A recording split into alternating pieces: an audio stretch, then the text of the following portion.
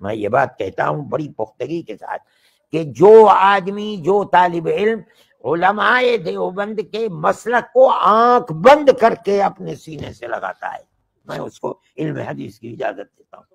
السلام علیکم ورحمۃ اللہ وبرکاتہ۔ میں محمد امتیاز پلاوی۔ معزز ناظرین، جیسا کہ آپ جانتے ہیں کہ ہمارے بزرگان دین، بالخصوص اہل سنت والجماعت کے حقیقی مصداق، احناف کے سچے ترجمان علماء حق، علماء دیوبند نے اپنی کتابوں میں جو عقائد و مسائل اور نظریات لکھے ہیں وہ قرآن و حدیث کے عین موافق ہیں۔ صحابہ کرام، تابعین، طب تابعین سے ماخوذ جو مسائل اور عقائد ہیں، وہی عقائد مسائل ہمارے بزرگوں نے اپنی کتابوں میں لکھی ہیں۔ ان تمام مسائل پر دلائل ان حضرات نے اپنے پیش نظر رکھے ہیں، تو کوئی بھی بات بغیر دلیل کے لکھی ہوئی نہیں ہے۔ اسی لیے ہمارے اسلاف اور ہمارے اکابر، موجودہ بزرگ بھی اس بات کی تلقین فرماتے ہیں کہ اپنے بزرگوں پر اعتماد پیدا کریں، آنکھ بند کر کے اعتماد پیدا کریں، کیونکہ ہمارا یقین ہے کہ ہمارے بزرگوں نے اپنی کتابوں میں جو باتیں لکھی ہیں، چاہے عقیدے کے لحاظ سے ہو، چاہے مسائل کے لحاظ سے، وہ عین قرآن و حدیث کے موافق ہے۔ اگر کسی مسئلے میں کوئی دلیل ہمیں سمجھ نہیں آ رہی ہے تو اس کا یہ مطلب نہیں کہ ہمارے بزرگ نے غلط بات لکھ دی ہے، ہمیں تلاش کرنے کی ضرورت ہے۔ اگر تلاش کریں گے تو انشاءاللہ وہی دلائل آپ کو ملیں گے جن دلائل کو ان حضرات نے پیش نظر رکھ کر کے مسائل کو لکھے ہیں۔ چنانچہ اس سلسلے میں قائد ملت اسلامیہ امیر الہند حضرت مولانا سید ارشد مدنی صاحب، استاذ حدیث اور صدر المدرسین دارالعلوم دیوبند نے بہت قیمتی اور کانٹے کی باتیں کہی ہیں اپنے طلباء کو نصیحت کرتے ہوئے۔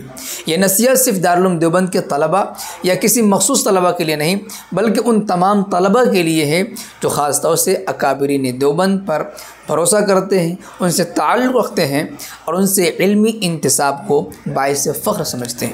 ان کے لیے حضرت والا کی بہت ہی قیمتی اور گراں قدر نصیحت ہے۔ پہلے آپ حضرت والا کی اس نصیحت کو سماعت فرما لیجیے۔ میں یہ بات کہتا ہوں بڑی پختگی کے ساتھ کہ جو آدمی، جو طالب علم علماء دیوبند کے مسلک کو آنکھ بند کر کے اپنے سینے سے لگاتا ہے، میں اس کو علم حدیث کی اجازت دیتا ہوں۔ اور جو اس مسلک سے ذرا بھی ہٹتا ہے اور اپنے آپ کو مجتہد وقت سمجھتا ہے، میں اس کو علم حدیث کی اجازت نہیں دیتا ہوں۔ یہ بہت واضح چیز ہے۔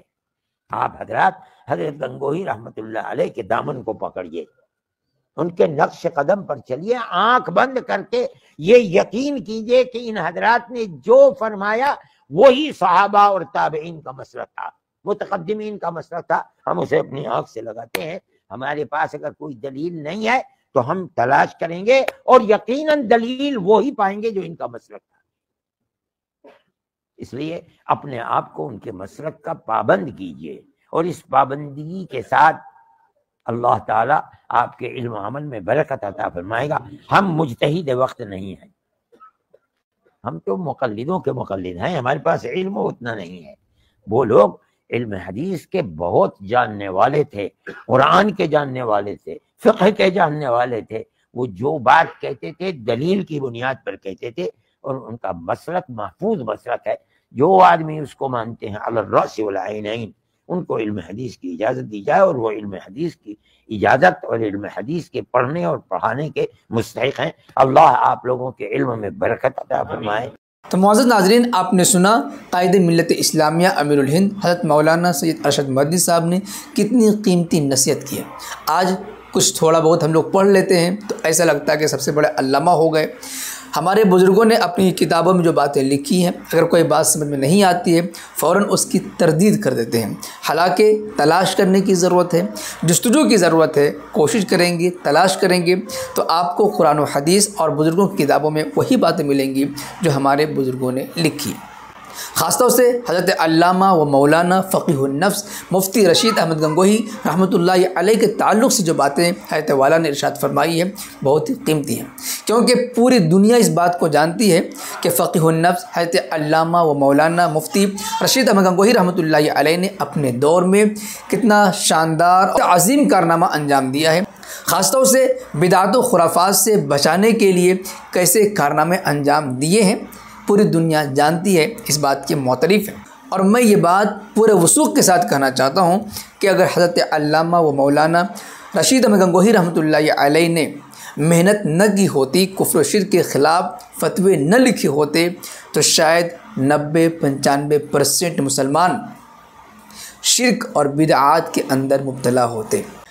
اللہ کا لاکھ لاکھ کرم ہے، احسان ہے کہ انہوں نے ہمارے بزرگوں سے کام لیا اور ہمارے بزرگوں نے محنتیں کی، جس کے نتیجے میں آج بہت سے مسلمان کروڑوں کی تعداد میں کفر اور شرک جیسی گندگی سے بچے ہوئے ہیں۔